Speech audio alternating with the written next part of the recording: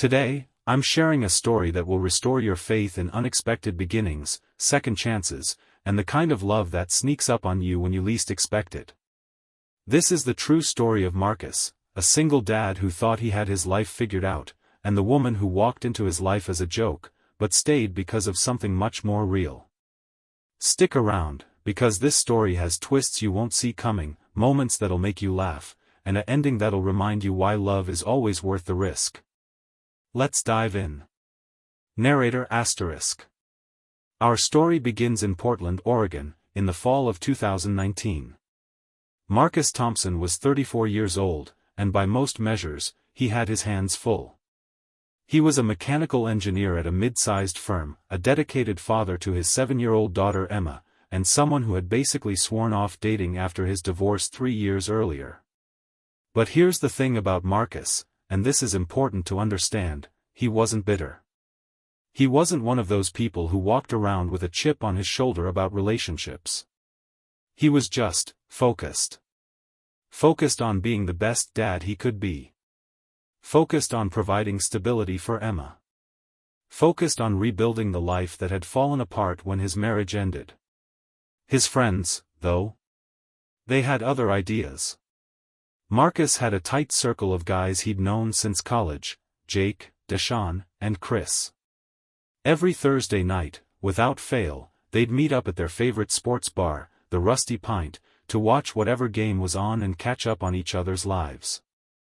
It was their sacred ritual, the one constant in their increasingly complicated adult lives.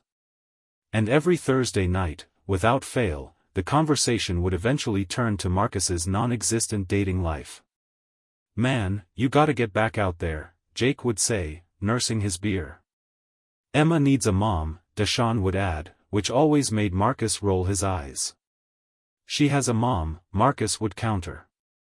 "And I'm doing just fine." And he was. Emma was thriving in second grade, they had a routine that worked, and Marcus genuinely enjoyed his life. He'd wake up at 6, make Emma her favorite cinnamon toast, pack her lunch with little notes that made her giggle, drop her off at school, put in a full day's work, pick her up, help with homework, make dinner, read bedtime stories, and then collapse on the couch with whatever show he was binge-watching. It wasn't glamorous.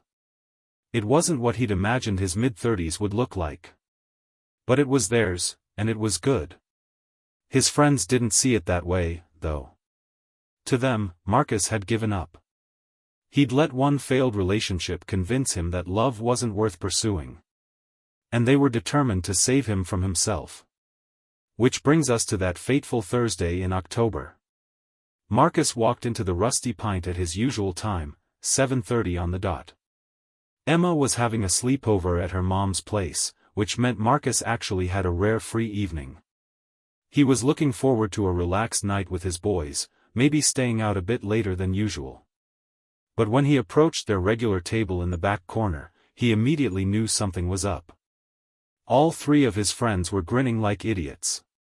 Not their normal, "Hey man, good to see you," grins. These were the kind of grins that meant trouble. "What?" Marcus asked suspiciously, sliding into the booth. "Nothing," Jake said, his grin getting even wider. "Absolutely nothing," Chris added, failing completely to look innocent. Deshaun just shook his head, fighting back laughter. "Okay, you guys are being weird," Marcus said, flagging down their usual server for a beer. And that's when Jake dropped the bomb. "So, we may have done something." Marcus's eyes narrowed. "What kind of something?" "The good kind of something," Deshaun jumped in. "The kind of something that's going to thank us for later." "We set you up on a date," Chris blurted out, unable to contain himself any longer. Marcus just stared at them. "You what?" "A date," Jake repeated, looking very pleased with himself. "This Saturday. 7 p.m. That new Italian place downtown, Bella Notte." "You can't be serious." "Oh, we're serious," Deshaun said. "We already made the reservation. Under your name." Pause. Now, if you're thinking Marcus was angry, you'd be wrong. Marcus had known these guys for 15 years. He knew their hearts were in the right place, even if their methods were questionable. But he also knew there was no way he was going through with this. Guys, I appreciate the thought, I really do. But I'm not going. Cancel it. Can't cancel it, Jake said with a shrug. It's done. She's expecting you. Who's expecting me? Who is this person? His friends exchanged looks. That's the thing, Chris said slowly. We don't exactly know her. Marcus's beer arrived, and he took a long drink before responding. Let me get this straight. You set me up on a blind date with someone you don't know? Well, when you say it like that, it sounds bad, Jake protested. How else would I say it? Look, Deshaun cut in, always the peacemaker. Jake's cousin knows her. Says she's nice, single, around your age. That's all we know, but that's all you need to know, right? Just go, have a nice dinner, see what happens. Marcus should have known right then that something was off. His friends were trying too hard to sell this. Their stories were too vague. But in the moment, worn down by their enthusiasm and admittedly a little curious despite himself, Marcus made a decision he'd later realize changed everything. Fine. One dinner. But if this is a disaster, we're never speaking of it again. His friends erupted in cheers, high-fiving each other like they'd just won the lottery. What Marcus didn't know, what he wouldn't find out until much later, was that his friends were lying through their teeth. There was no cousin. There was no nice single woman waiting to meet him. Dramatic music build. The whole thing was a prank. See, Jake had this idea after one too many beers the week before. What if they set Marcus up on a fake date? Someone who was in on the joke, who could play along and make the whole thing as awkward and ridiculous as possible?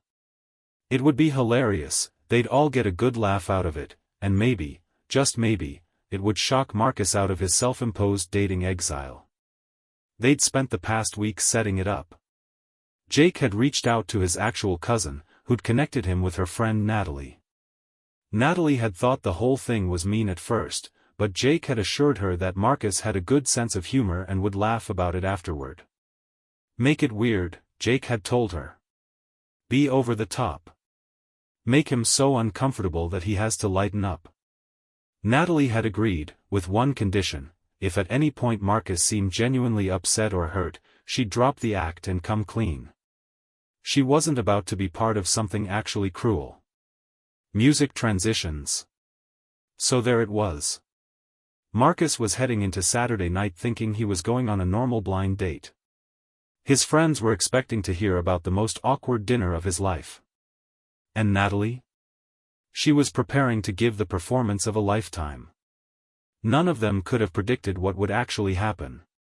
Act 2, the date, 12:00-28:00. Narrator **. Saturday arrived faster than Marcus expected. He spent the morning with Emma, taking her to her soccer game and then out for their traditional post-game ice cream.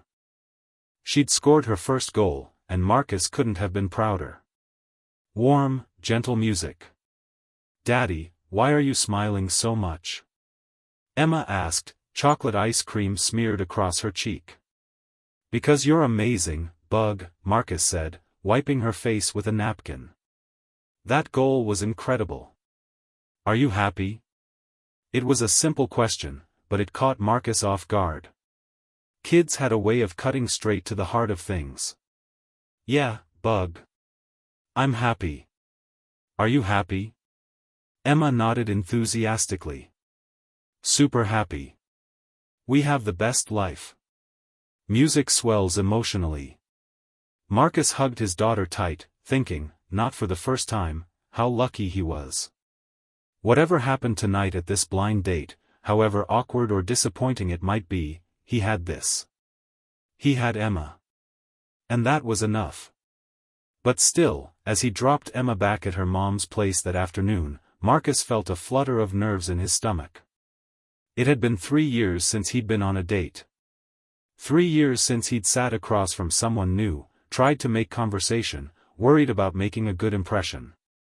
He stood in his bedroom at 6:15, staring at his closet like it contained nuclear launch codes.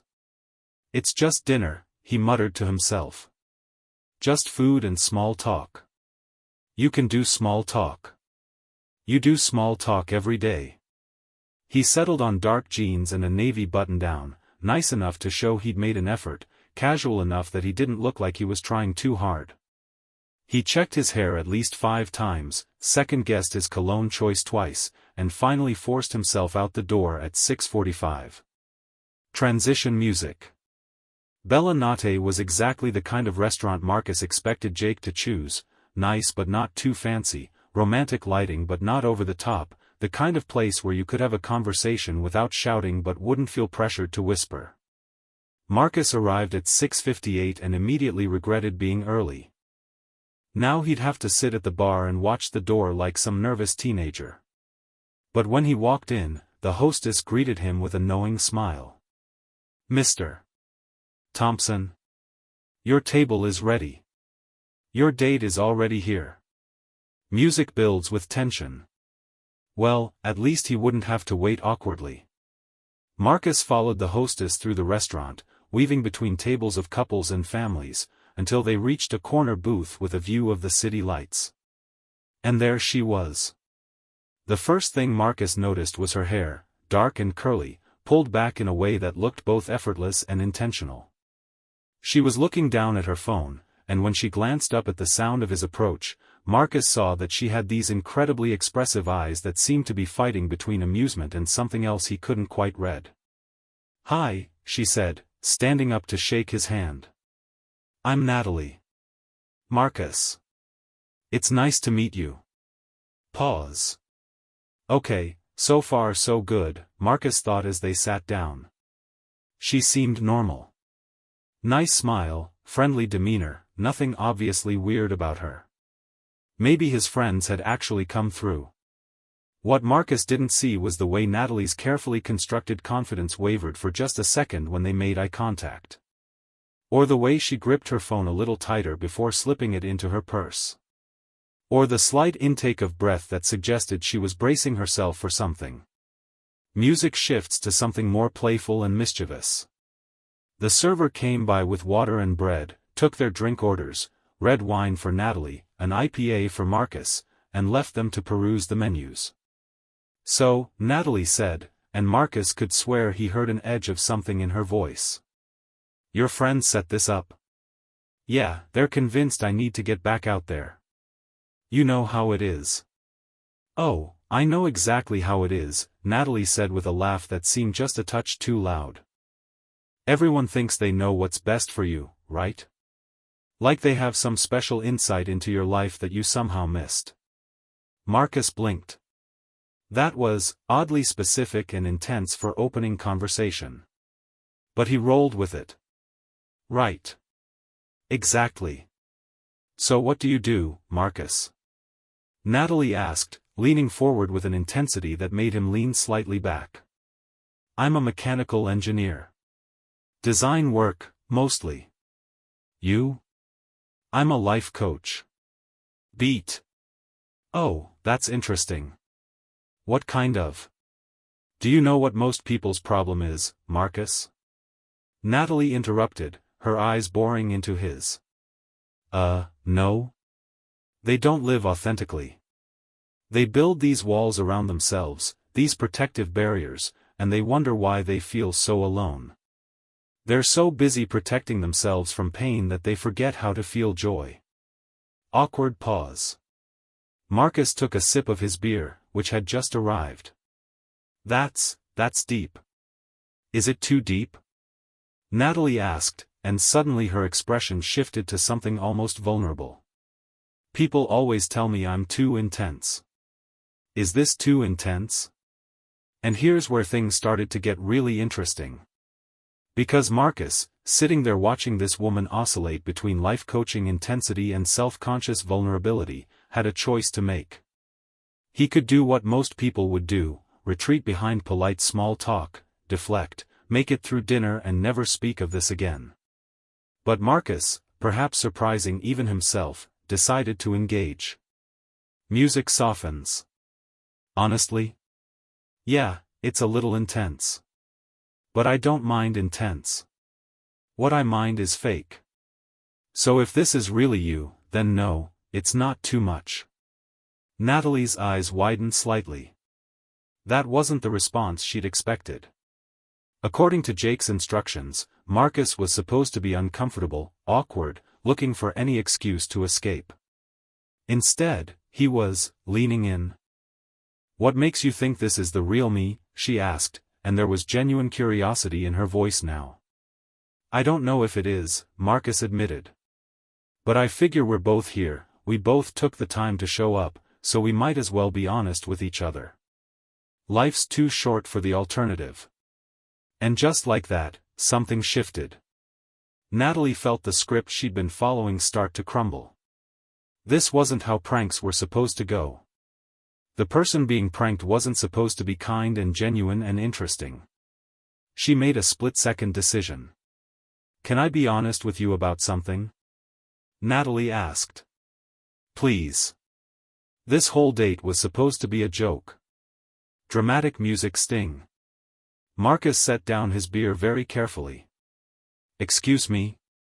Your friends set you up as a prank. They wanted me to be weird and over the top and make you so uncomfortable that you'd storm out. That's why I was doing the whole intense life coach thing. I'm not actually like that. I mean, I am a life coach, but I'm not. I don't normally come on that strong." Long pause. Marcus sat back in the booth, processing. He should have been angry. He should have been humiliated. His friends had literally pranked him, set him up for public embarrassment, and wasted his entire evening. But all he could think about was how scared Natalie looked, waiting for his reaction. How much courage it must have taken to come clean like that. And how, in a weird way, this was the most honest moment he'd had with anyone in a long time. Soft, hopeful music begins. He started to laugh. Not a bitter laugh. Not an angry laugh. A genuine, from-the-belly laugh that surprised both of them. "Of course they did," Marcus said, shaking his head.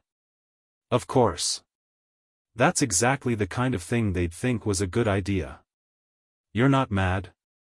"Oh, I'm definitely going to get them back for this," Marcus said with a grin. "But mad at you?" "No. You could have kept going, let me sit here being uncomfortable all night. Instead you told the truth. That takes guts." Natalie visibly relaxed, her shoulders dropping from their tense position. "I felt terrible the second I saw you.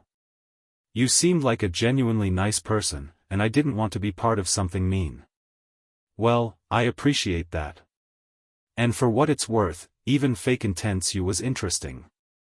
Music transitions to something warmer. They both laughed, and suddenly the tension was gone. The server came back to take their orders, and they both realized they hadn't even looked at the menus yet. They ordered quickly, pasta for Natalie, chicken parmesan for Marcus, and when the server left, they just looked at each other. "So," Marcus said. "Do we call it a night? Or do we start over and have a real first date?" Natalie smiled, and it was the first truly genuine smile Marcus had seen from her all evening. "I vote for option 2. Hi, I'm Natalie Chen. I'm a life coach, but not the crazy intense kind. I'm actually pretty normal, I promise. Hi, Natalie. I'm Marcus Thompson. I'm a single dad, mechanical engineer, and apparently the victim of my friend's pranks. Nice to meet you." They shook hands across the table, both grinning like idiots. Uplifting music. And that's when the real date began. Over dinner, they talked about everything. Marcus learned that Natalie had moved to Portland 2 years earlier from San Francisco, that she'd started her life coaching practice after going through her own difficult period of burnout and depression, that she had a rescue dog named Machi who was afraid of her own shadow. Natalie learned that Marcus had been married young, that his divorce had been amicable but painful, that his daughter Emma was the light of his life, that he secretly loved trashy reality TV but would never admit it to his friends. They discovered they'd both been to the same concert last year without knowing it. That they shopped at the same farmer's market on Sunday mornings. That they'd probably walked past each other a dozen times without ever meeting. Music becomes more intimate. Isn't that weird?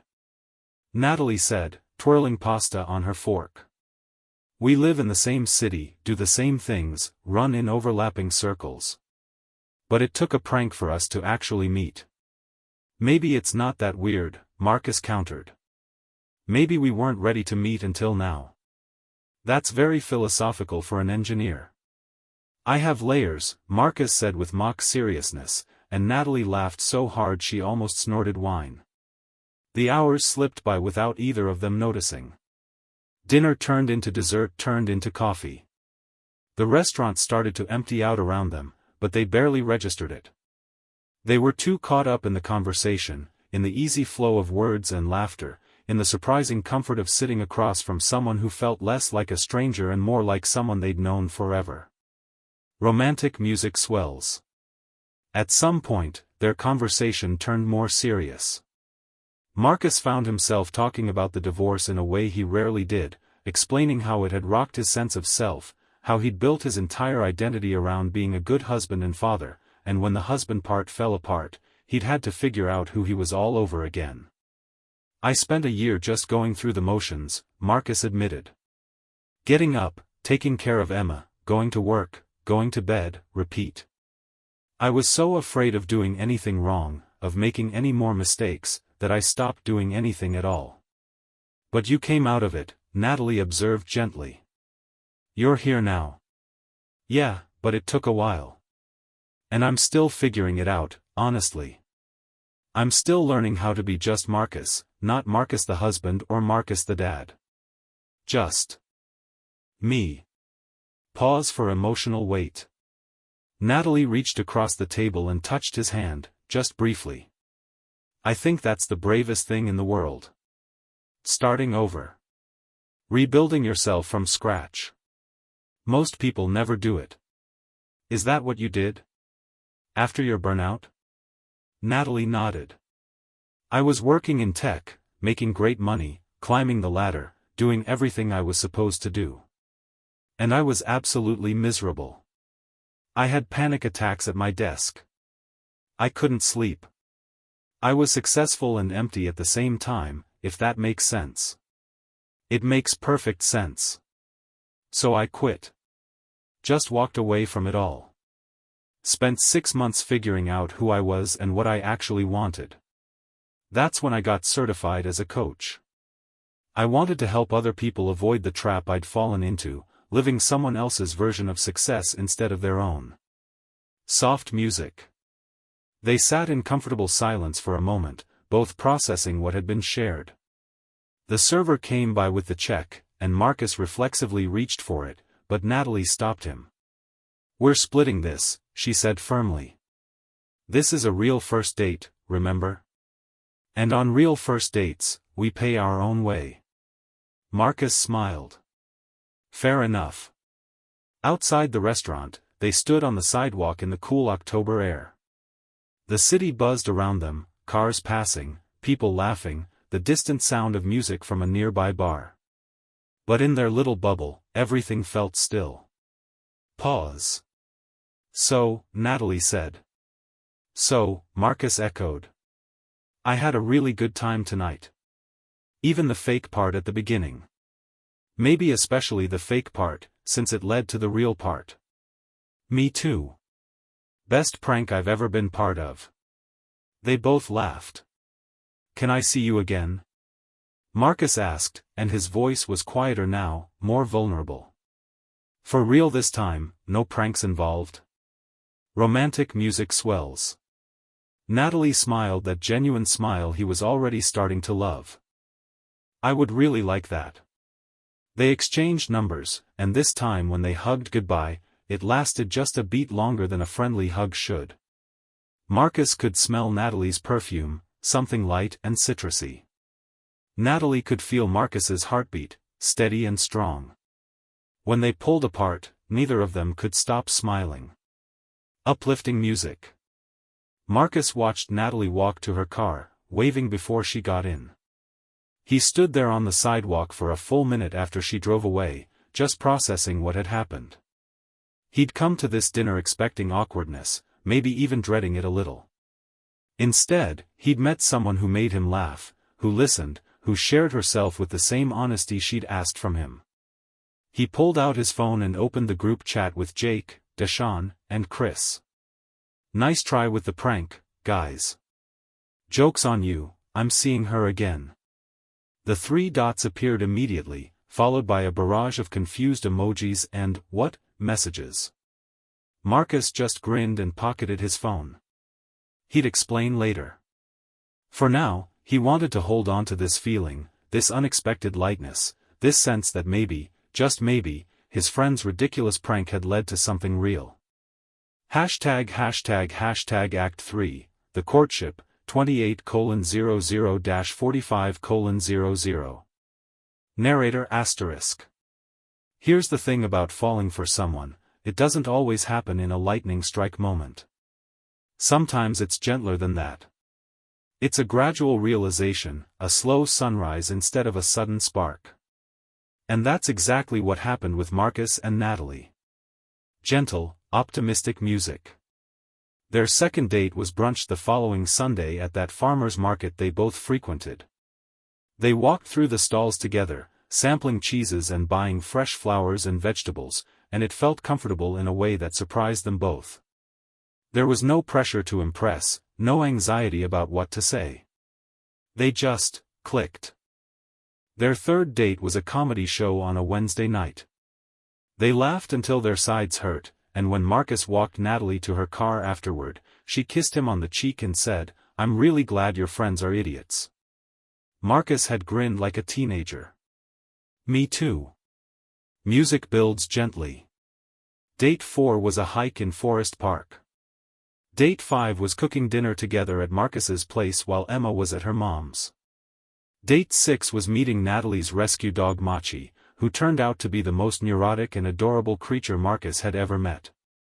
By date 7, a movie night where they binge-watched an entire season of a show they both loved, they'd stopped counting dates and just started calling it spending time together. "For what it's worth," Marcus said finally, "I want that too. I want us to live together. I want to wake up next to you every morning and come home to you every night. I want Emma to have you in her life full-time, not just on weekends and special occasions." Soft, loving music. Natalie's eyes filled with tears. "Really? Really? But we do this right. We talk to Emma together. We make sure she's comfortable with it. We take it slow even though we're moving fast. Deal? Deal." They sealed it with a kiss, and Machi finally emerged from under the coffee table to bark once in what might have been approval, though with Machi, it was always hard to tell. Transition music. Talking to Emma was easier than Marcus expected. They did it together, Marcus and Natalie, on a Saturday afternoon at the park. Emma was swinging, her legs pumping hard, hair flying behind her. "Bug, can we talk to you about something important?" Marcus called up to her. Emma jumped off the swing mid-arc, landing with a practiced expertise that made Marcus's heart jump into his throat. "Sure. What's up?" Gentle, warm music. They sat on a bench, Emma between them, and Natalie let Marcus start.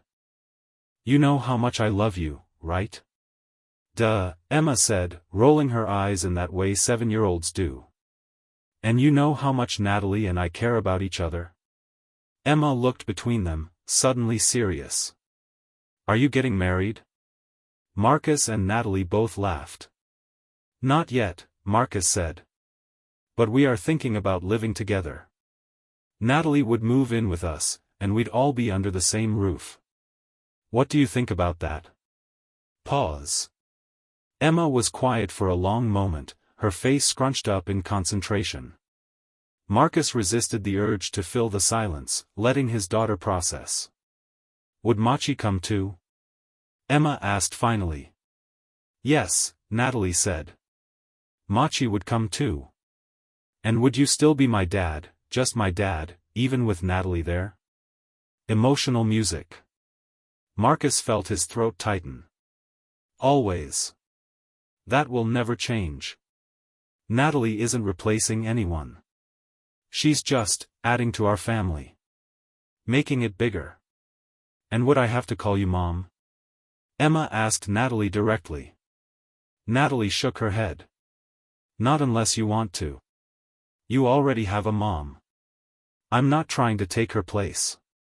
I'm just trying to be someone who loves you and takes care of you and is there for you. You can call me Natalie, or Nat, or whatever feels right to you.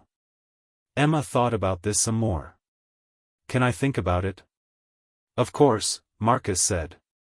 This is a big decision. Take all the time you need. Pause. Emma didn't take long. 3 days later, at dinner, she looked up from her chicken nuggets and said, I think Natalie should move in. Marcus nearly choked on his water. Yeah. But I have rules. Rules? Natalie asked, fighting back a smile. Yep. Rule number 1, Machi isn't allowed in my room unless I invite her. Rule number 2, I still get alone time with Daddy sometimes. Rule number 3, you have to teach me how to make those really good chocolate chip cookies. Uplifting music. Those are very good rules, Natalie said seriously. I agree to all of them. Then okay. You can move in. Emma went back to her chicken nuggets like she hadn't just given permission for a major life change, leaving Marcus and Natalie staring at each other in amazement. Music swells. Natalie moved in 6 weeks later, in March. It wasn't seamless, moving in never is. They had to figure out closet space and bathroom schedules and whose turn it was to do dishes. Machi and Emma had to adjust to sharing space. There were moments of frustration and confusion and stepping on each other's toes. But there were also moments of pure joy. Saturday morning pancake breakfasts where they all cooked together, flour ending up everywhere. Movie nights piled on the couch, Emma between them, Machi on the floor.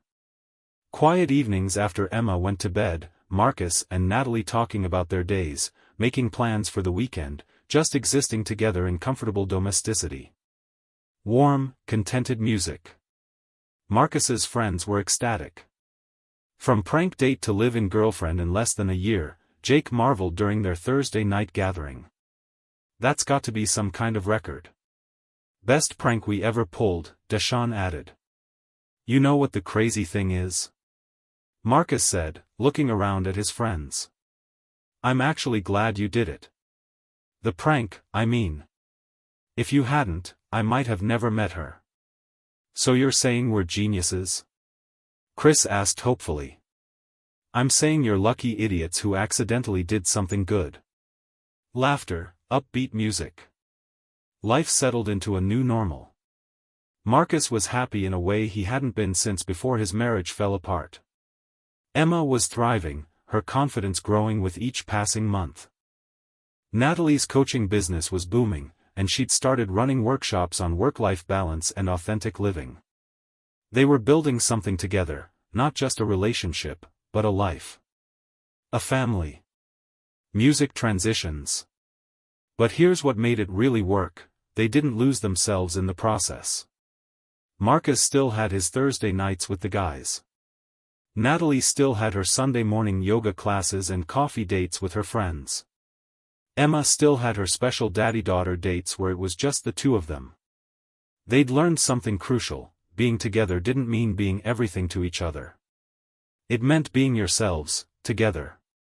One night, about 4 months after Natalie moved in, Marcus and Natalie were doing the dishes after Emma had gone to bed. It was a mundane moment, suds and plates and the distant sound of Machi snoring, but it felt profound in its simple domesticity. Tender music. I keep waiting for the other shoe to drop, Marcus admitted quietly. Natalie looked at him. What do you mean? I keep waiting for something to go wrong. For this to be too good to be true. I've never had something this good not fall apart eventually. Pause. Natalie dried her hands and turned to face him fully.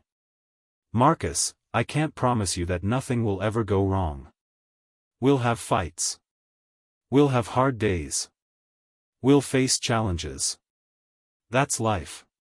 But I can promise you this, I'm not going anywhere. When things get hard, I'm staying. When we fight, I'm working through it. When you're scared, I'm holding your hand.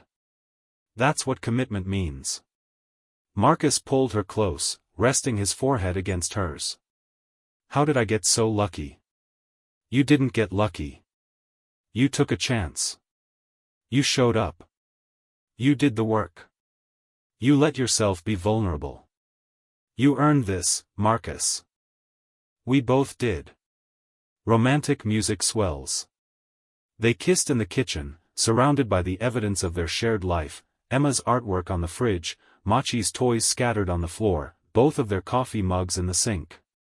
It wasn't perfect. But it was theirs. And that made it perfect enough. Act 6, the proposal, 82:00-95:00. Narrator *. A year and a half after that first ridiculous prank date, Marcus started thinking about forever. Hopeful, anticipatory music. It wasn't a sudden decision. It was something that had been growing in him for months, maybe even from the beginning. The certainty that Natalie was his person, his partner, his home. He wanted to marry her. The realization hit him one random Tuesday evening. He'd come home from work to find Natalie helping Emma with a science project, the two of them laughing over a baking soda volcano that had erupted too early. Machi was barking at the fizzing mess. The kitchen was a disaster.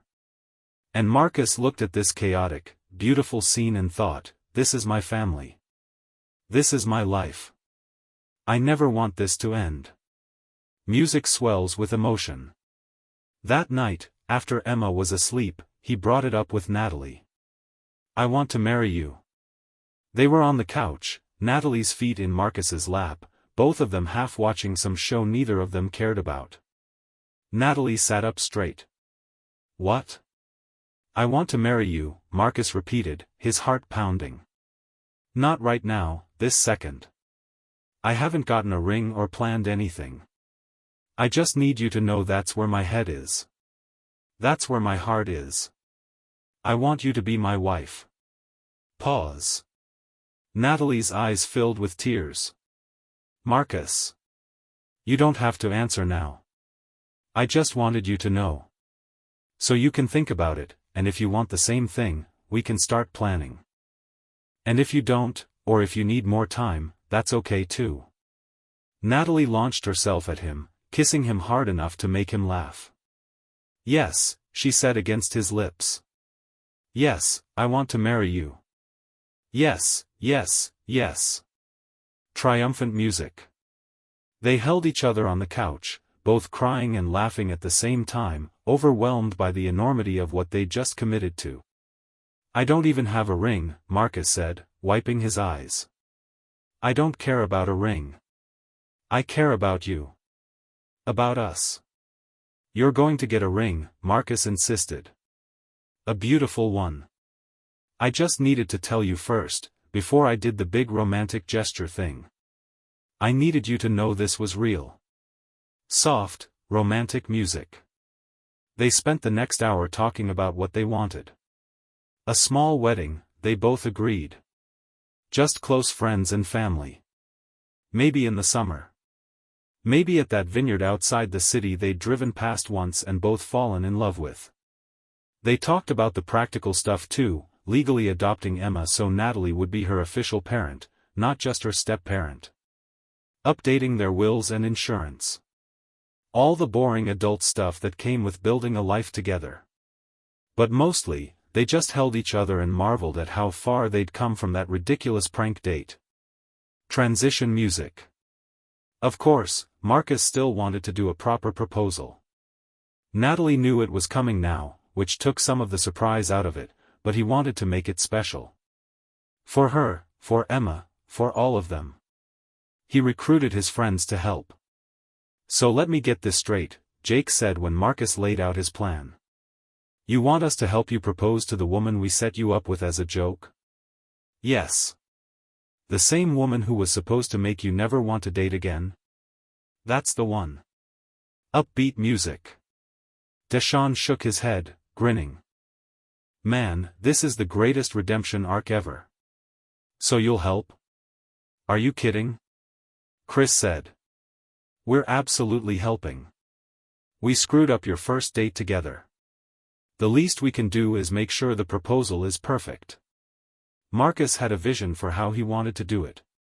Not a big public spectacle, that wasn't their style. Something intimate and meaningful. Something that involved Emma, because this wasn't just about him and Natalie. It was about their family. He planned it for the zoo. Warm, nostalgic music. The zoo was where Emma had first met Natalie. It was where their little family had really begun to form. It felt right to come full circle there. Marcus coordinated with the zoo staff, arranged for a private tour of the penguin exhibit, Emma's favorite. He got Jake to secretly film everything.